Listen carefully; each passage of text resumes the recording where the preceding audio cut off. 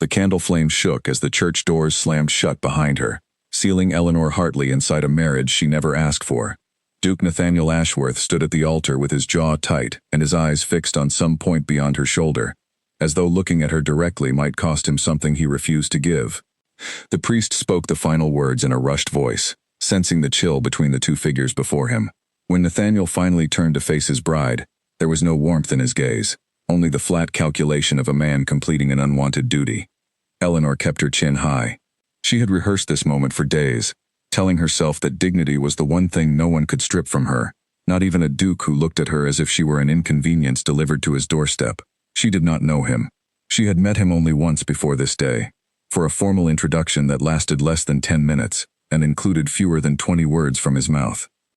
Yet here she stood, bound to him for life, because his father's will demanded a wife within 30 days, and her own father needed the settlement money to save their family from ruin. The carriage ride to Ashworth Hall was silent except for the sound of wheels against gravel. Nathaniel sat across from her, staring out the window, his hands folded with a stillness that felt more like restraint than calm. Eleanor studied him without turning her head fully, noting the sharp line of his profile, the tension in his shoulders, the way his knuckles whitened slightly whenever the carriage jolted. She wanted to speak, to break the silence with something ordinary, a comment about the weather or the passing countryside, but every attempt died in her throat when she considered how coldly he might respond. When they arrived, the staff lined the entrance in perfect formation, their faces carefully blank. Nathaniel walked ahead without waiting for her, leaving Eleanor to follow at her own pace, flanked by a young maid who kept glancing at her with something between pity and curiosity. Inside, the hall was grand but joyless, filled with dark wood and heavy curtains that blocked most of the afternoon light. It did not feel like a home. It felt like a monument to something long buried. That evening, dinner was served in a dining room large enough to seat 30, though only 2 places were set at opposite ends of the impossibly long table. Eleanor found the arrangement almost comic in its cruelty, though she said nothing. Nathaniel ate quickly and spoke only once, to correct a footman about the wine. When the meal ended, he rose without a word, and left her sitting alone, with an untouched dessert, and a growing knot of humiliation in her chest. She found him later in the study, a room lined with books and lit by a single lamp. She had not intended to seek him out, but her feet carried her there anyway, driven by a stubborn refusal to let the day end without at least one honest exchange between them. He looked up when she entered, his expression unreadable. "You should be resting," he said. "Tomorrow will not be easier than today." "I did not come here for comfort," Eleanor answered. "I came because I think we should speak plainly, since we are now husband and wife whether either of us wished it." Something flickered across his face, gone before she could name it. He set down the paper he had been reading and studied her for a long moment. "Very well," he said. "Plainly then. I do not want a wife. I did not choose you, and I have no intention of pretending affection I do not feel. You will have every comfort this house can provide. You will want for nothing material. But do not mistake generosity for warmth. I have none left to give." The words landed like small stones, each one deliberate, each one meant to wound without appearing cruel on the surface. Eleanor felt her throat tighten, but she refused to let it show in her voice. "I did not ask for your affection, Your Grace," she said. "I asked for honesty, and you have given it. I can manage the rest myself." She turned and left before he could see the effect his words had on her, walking swiftly down the corridor until she reached the room assigned to her, where she finally allowed herself to sit on the edge of the bed and breathe out the tension she had carried since the church doors closed behind her that morning. She did not cry. She told herself she would not give him the satisfaction, even though he was not there to see it. Instead, she looked around the unfamiliar room, taking stock of her new life, the way a soldier might take stock of unfamiliar terrain before a long campaign. There were things here she could learn to love, she decided. The tall windows that let in morning light, the small writing desk near the fireplace, the quiet, even if it was born of coldness rather than peace. In the days that followed, Nathaniel kept his distance, appearing only at meals, and even then rarely speaking beyond what courtesy required. Eleanor began exploring the house on her own, discovering rooms that had clearly not been used in years, their furniture draped in white cloth like sleeping ghosts. She asked the housekeeper, a stern but not unkind woman named Margaret Whitfield, about the history of the estate, and received careful, measured answers that told her more through what was left unsaid than what was spoken aloud. It became clear that something had happened in this house, some wound that predated her arrival, and shaped every cold word Nathaniel offered her. She did not press for details. She sensed that pushing too hard, too soon, would only close the few doors that remained slightly open. On the 5th day, she found him in the garden at dawn, standing alone among rows of neglected roses that had once clearly been someone's pride. He did not hear her approach until she was close enough that retreat would have seemed strange. He turned, surprised, and for a brief moment his guard slipped, revealing something raw beneath the practiced coldness. "You are awake early," he said. "I could not sleep," Eleanor answered. "This garden must have been beautiful once." "It was my mother's," he said, then seemed to regret the admission immediately, his expression hardening again as though he had revealed too much. "She kept it herself. After she grew too ill to manage it, no one else touched it. I suppose it seemed disrespectful to let anyone else try." Eleanor looked at the tangled branches, the weeds threading between what had once been careful rows, and felt something shift in her chest. A small ache of understanding that had nothing to do with pity, and everything to do with recognition. She too knew what it meant to protect something broken simply because letting it go felt like a second loss. "Would you mind if I tended it?" she asked, not to replace what she did, only to keep it alive. Nathaniel's jaw tightened, and for a moment she thought he would refuse outright. Instead he looked at the roses, then back at her, and gave a short, almost imperceptible nod, before turning and walking back toward the house without another word. It was not warmth, it was not even close to kindness. But it was permission, and Eleanor decided she would take what she could get, one small victory at a time, in a house that seemed determined to give her nothing freely. Over the following days she spent her mornings in the garden, her hands growing rough from pulling weeds and clearing dead branches, her mind quiet in a way it had not been since the wedding. The staff began to notice her efforts, and slowly, cautiously, some of them softened toward her. A young maid named Lucy Fairweather began seeking her out with small questions, then small confidences, then genuine conversation. It was not much, but it was something real in a house built on silence. Nathaniel watched from windows he thought she could not see him from, though she caught his reflection once in the glass of the conservatory, and said nothing, simply continued her work as though she had not noticed. She was beginning to understand that his cruelty was not the whole of him, only the armor he wore because something beneath it had once been badly broken. She did not yet know what. She only knew that she was not willing to let his coldness define the rest of her life, not when there was still so much unspoken between them, waiting to surface in its own time. That night, at dinner, he broke his silence first, asking her plainly how the garden was progressing, and though his tone remained guarded, there was something in the question that had not been there before. Eleanor answered honestly, describing the roses she had saved and the ones still beyond rescue, and for the length of that single conversation, the impossibly long table between them felt a little shorter than it had the night they arrived.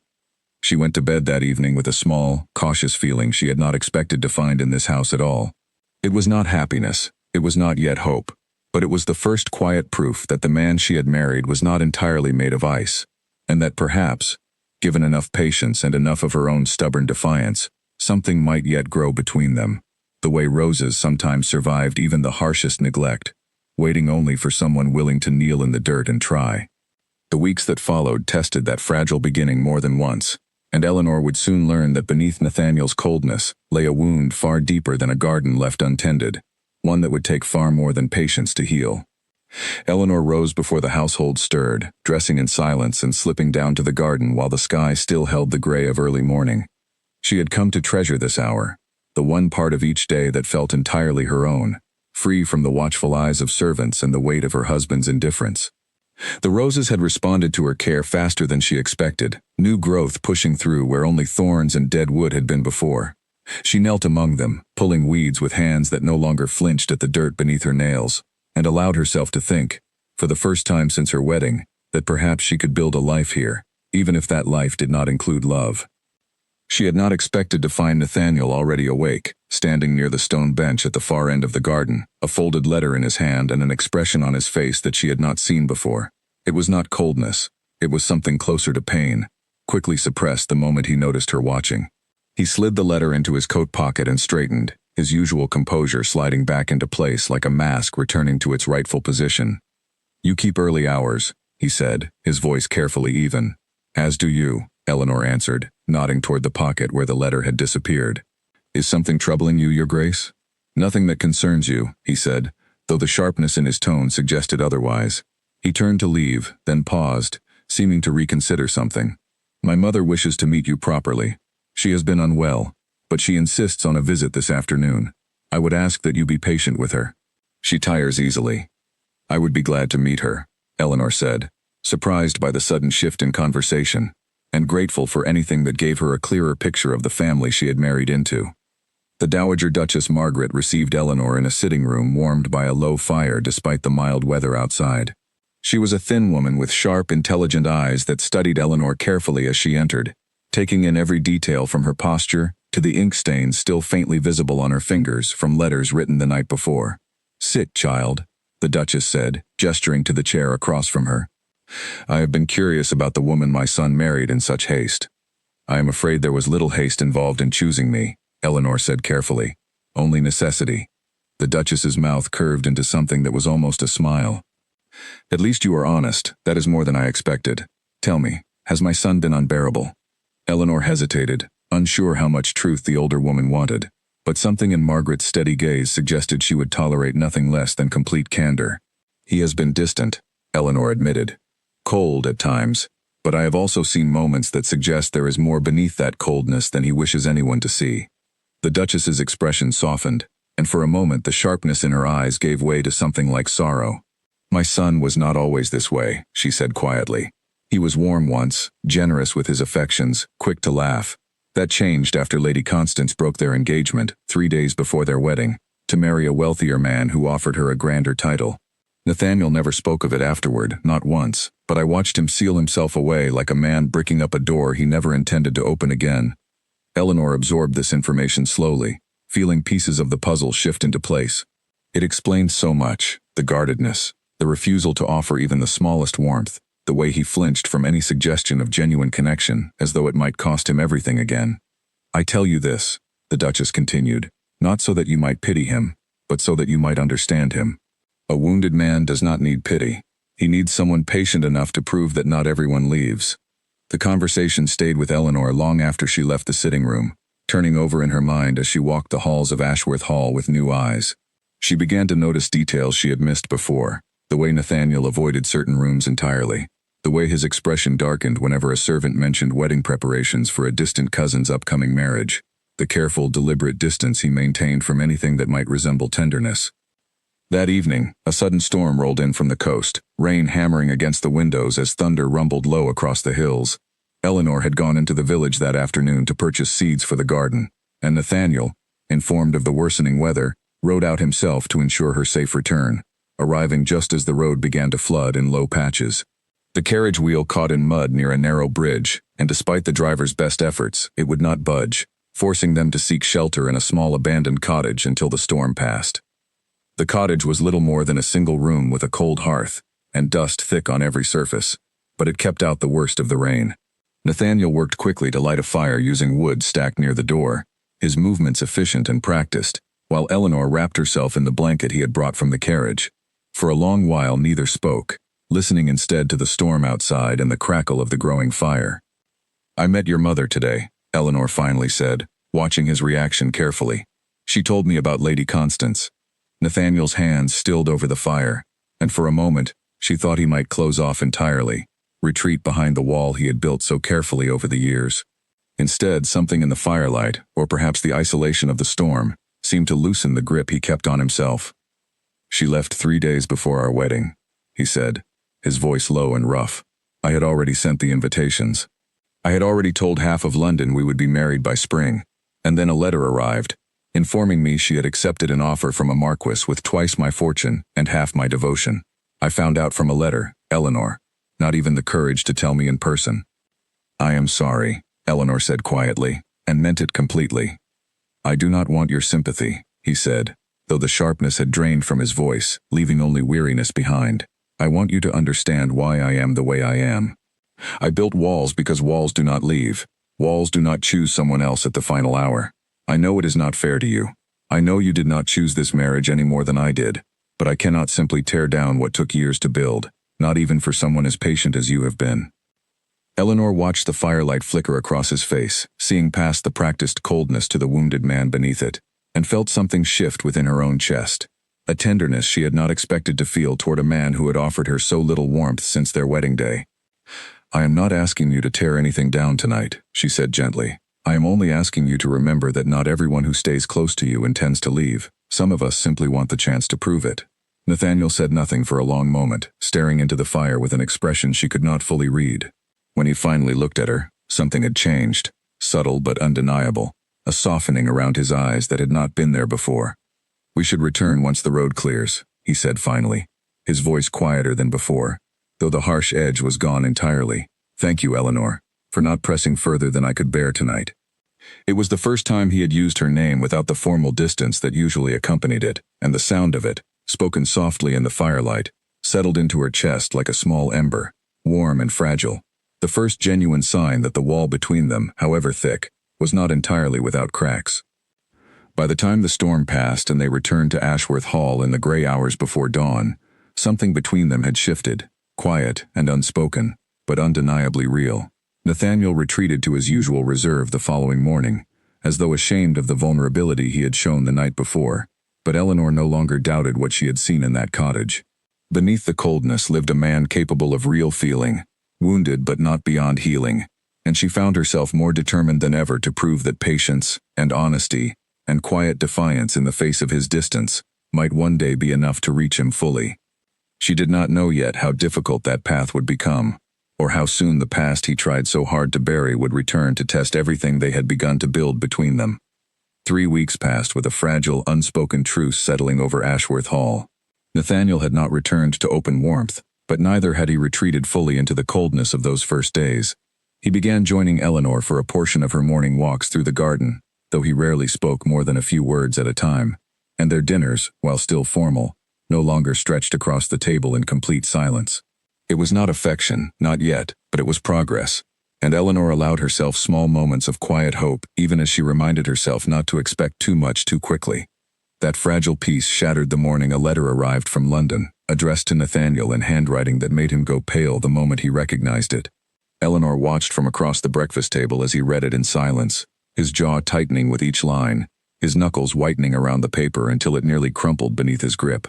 When he finally set it down, his expression had returned to the guarded coldness she remembered from their first days together, as though the past weeks of gradual thaw had never happened at all.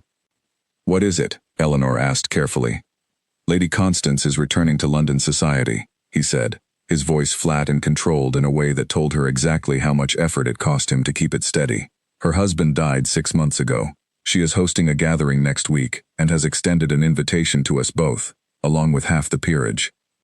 Eleanor felt something cold settle in her stomach, though she kept her expression carefully neutral.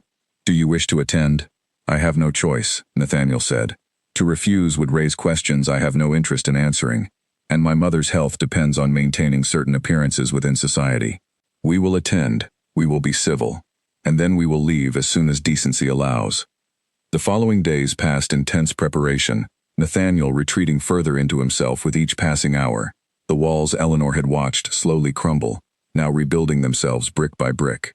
She tried, gently, to draw him back into conversation, but he deflected every attempt with the same practiced coldness he had shown her on their wedding night, and she began to understand just how deep the wound Lady Constance had left truly ran.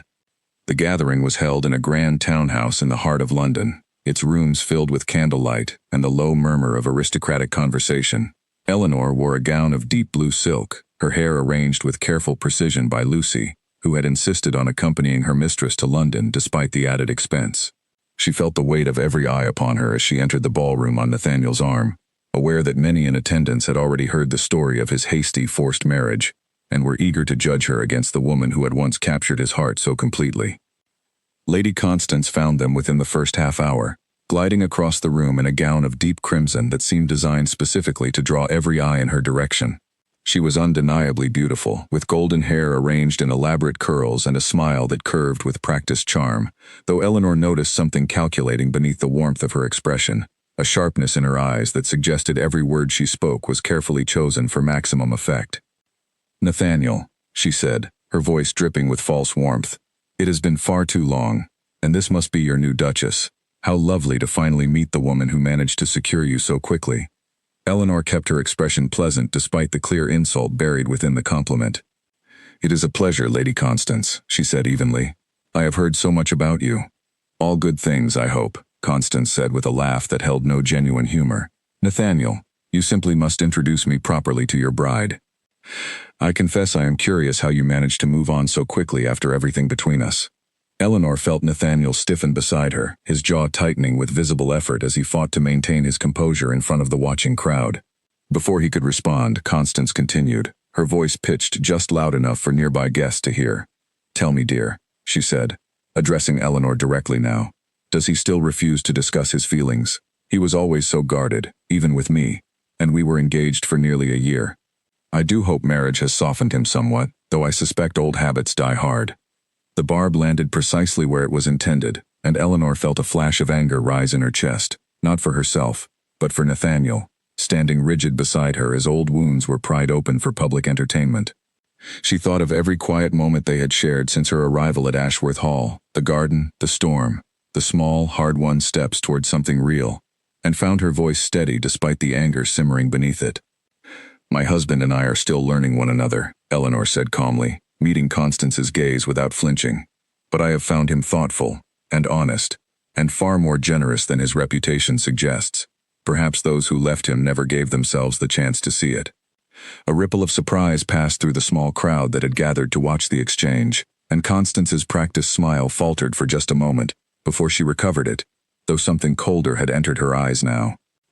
"How sweet," she said, her tone considerably less warm than before. "I do hope that lasts." She excused herself shortly after, moving on to charm another cluster of guests, and Eleanor felt the tension in Nathaniel's arm slowly ease beneath her hand. He said nothing as they moved deeper into the party, but she caught him glancing at her more than once throughout the evening, his expression thoughtful in a way she had not seen before, as though he were seeing her clearly for the first time. They left earlier than fashionable, retreating to their townhouse as the last carriages continued arriving at Constance's gathering. In the quiet of the carriage ride back, Nathaniel finally broke the silence that had settled between them since leaving the ballroom. "You did not need to defend me tonight," he said, his voice quiet in the darkness of the carriage. "I did not do it only for you," Eleanor answered honestly. "I did it because what she said was cruel, and because I have come to believe it was not true, not entirely, not anymore." Nathaniel was silent for a long moment, watching the passing streetlights flicker across her face. "Why do you continue trying?" he finally asked, his voice barely above a whisper. "I have given you so little reason to." "Because I do not believe you are as cold as you want everyone to think," Eleanor said, "and because I refuse to let one person's betrayal define what kind of husband you might still become, if you allow yourself the chance." He did not answer, but something in his expression had shifted, softened, the guarded distance replaced by something more thoughtful, more uncertain, as though her words had reached a part of him he had spent years trying to protect from exactly this kind of hope. The following morning, Eleanor woke to find a single rose from Ashworth Hall's garden placed on the small table beside her bed, its stem carefully trimmed and set in a slender vase of water.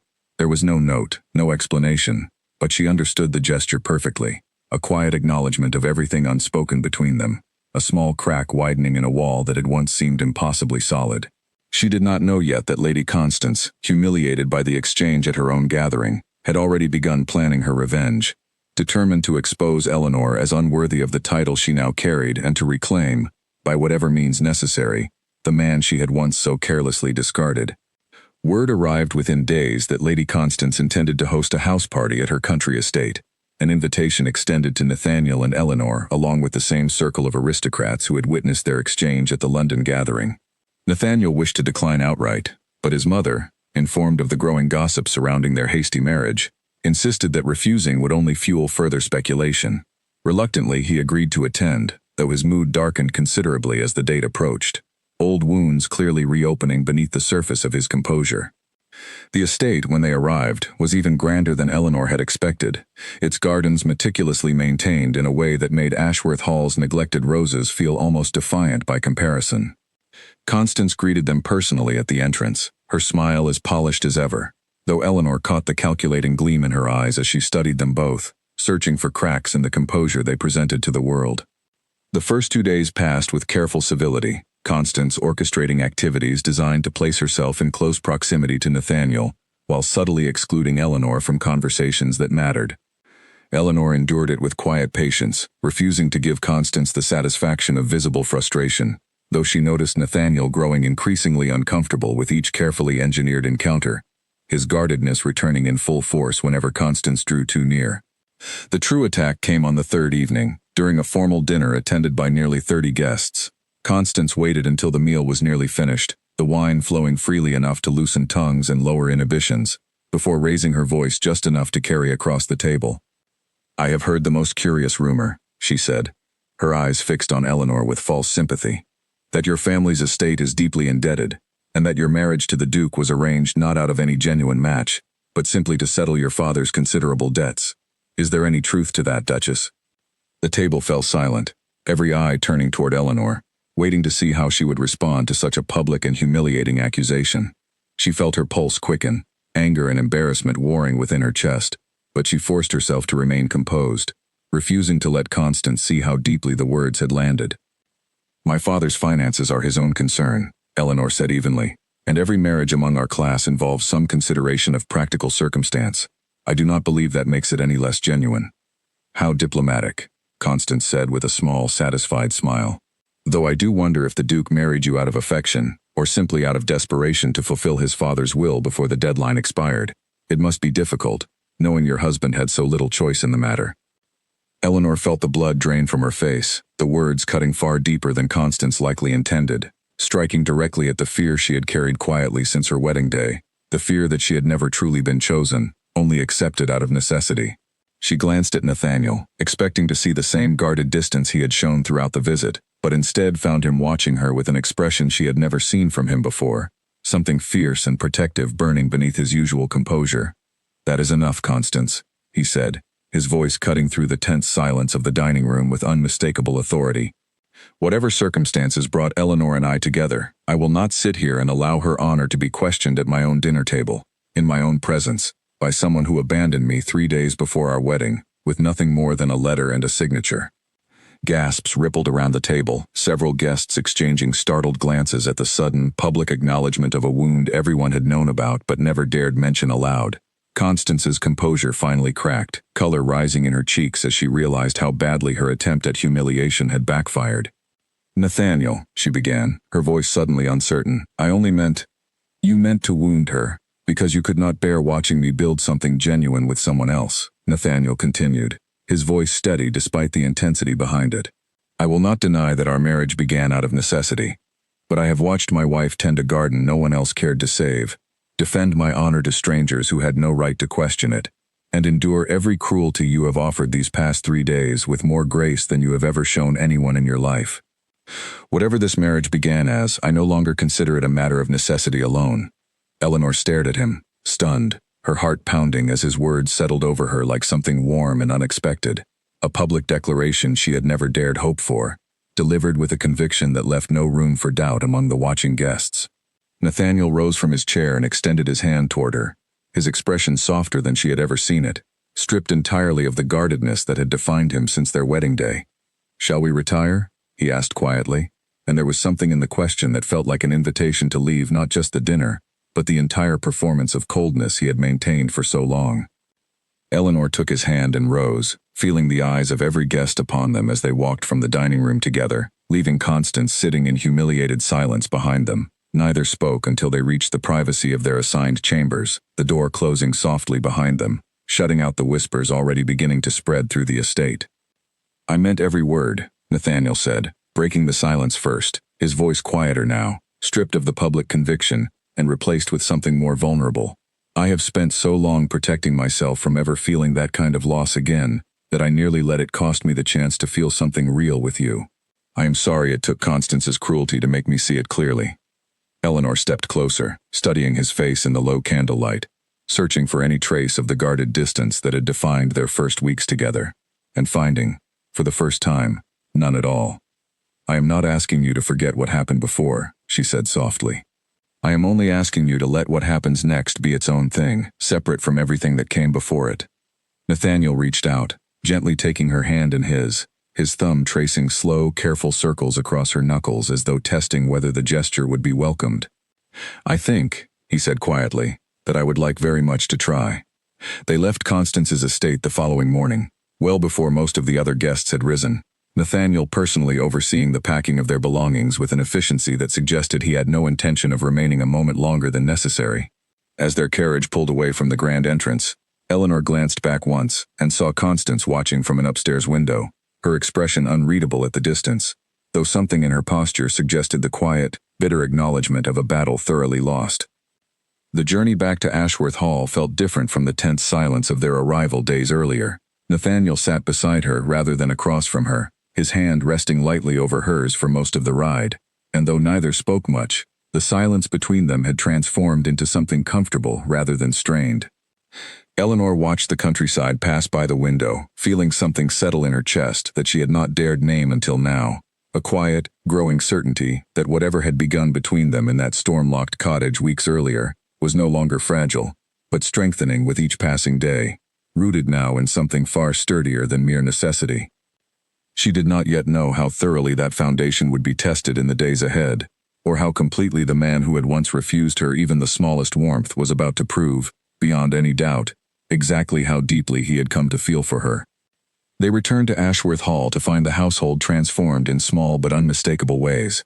Nathaniel requested that the dining table be replaced with a smaller one, close enough that conversation no longer required raised voices across an impossible distance. He joined Eleanor in the garden each morning without needing to be sought out, his hands growing as accustomed to the soil as hers had become over the preceding weeks. The staff, sensing the shift in their master's demeanor, seemed to move through the halls with a lightness that had not existed since before his father's death. Yet Eleanor noticed something else as well, a lingering hesitation in Nathaniel whenever conversation drifted too close to matters of the heart, as though old habits of guarding himself against loss had not fully released their grip despite everything he had declared at Constance's dinner table. She did not press him. She understood, perhaps better than anyone, that healing rarely followed a straight or simple path, and she was content to let him find his way toward trust at whatever pace he required, so long as he continued moving forward rather than retreating back into the coldness that had once defined him.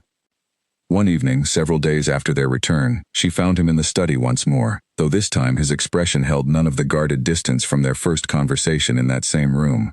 He was reading, or attempting to, though his eyes kept drifting from the page toward the window, his mind clearly elsewhere. She entered quietly, settling into the chair across from his desk, and waited until he set the book aside and met her gaze. "I have been thinking," he said, "about the night we met in that cottage during the storm. I told you then that I could not simply tear down walls I had spent years building. I want you to know that I believe those walls are finally coming down, not because I forced them to, but because you never stopped standing patiently on the other side, waiting for me to open the door myself." Eleanor felt warmth spread through her chest at his words, a warmth that had nothing to do with the fire crackling in the hearth beside them. "I am glad," she said softly, "that you found your way to opening it." He rose from his desk and crossed the room to where she sat, kneeling before her chair with an earnestness that stripped away the last remnants of the cold, distant Duke she had married weeks earlier.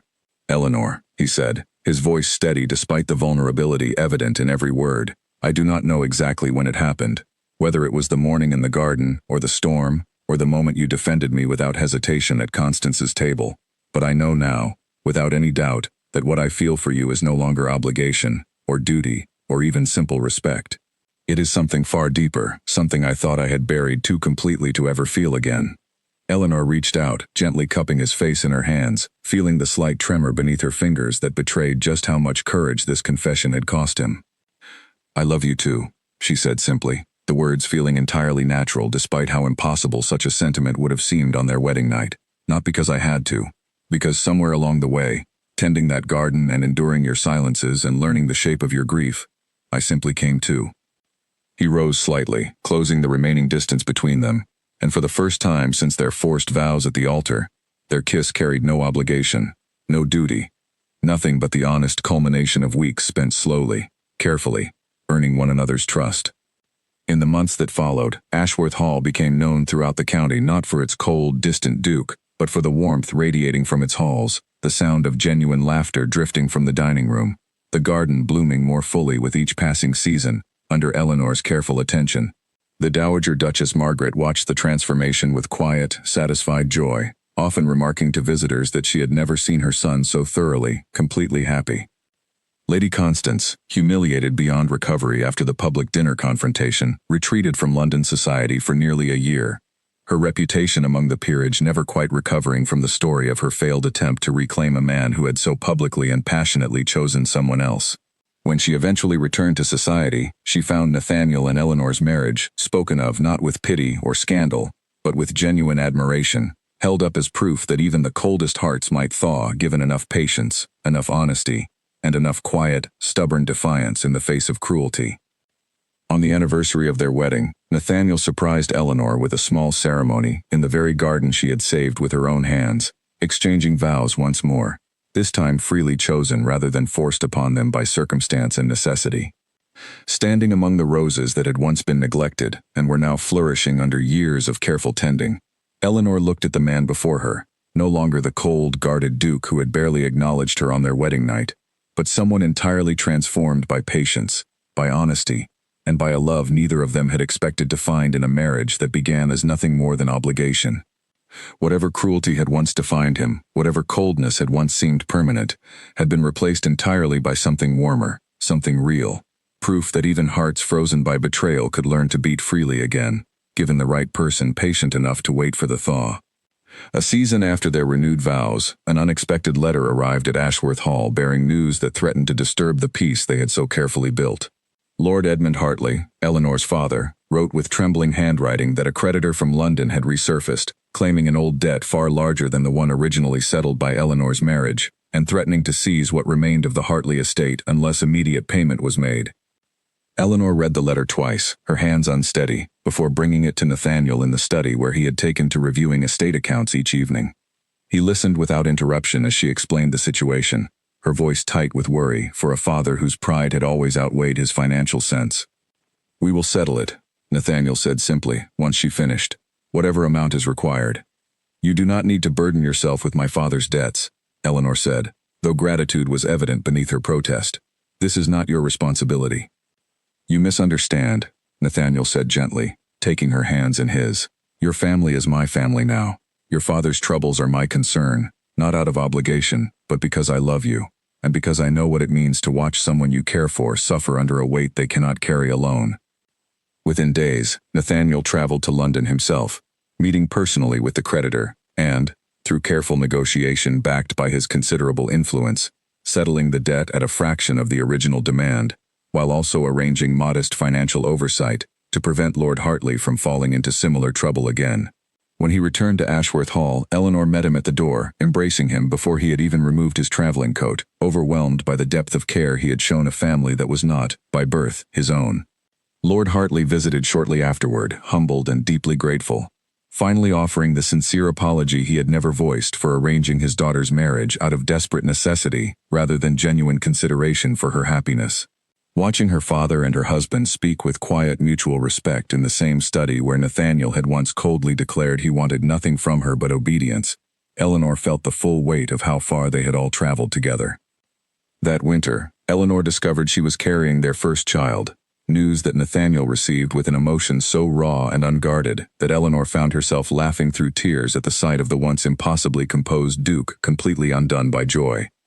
He insisted on personally overseeing preparations for the nursery, consulting with Eleanor on every detail, determined that his child would grow up in a house filled with the warmth he himself had once believed impossible to reclaim.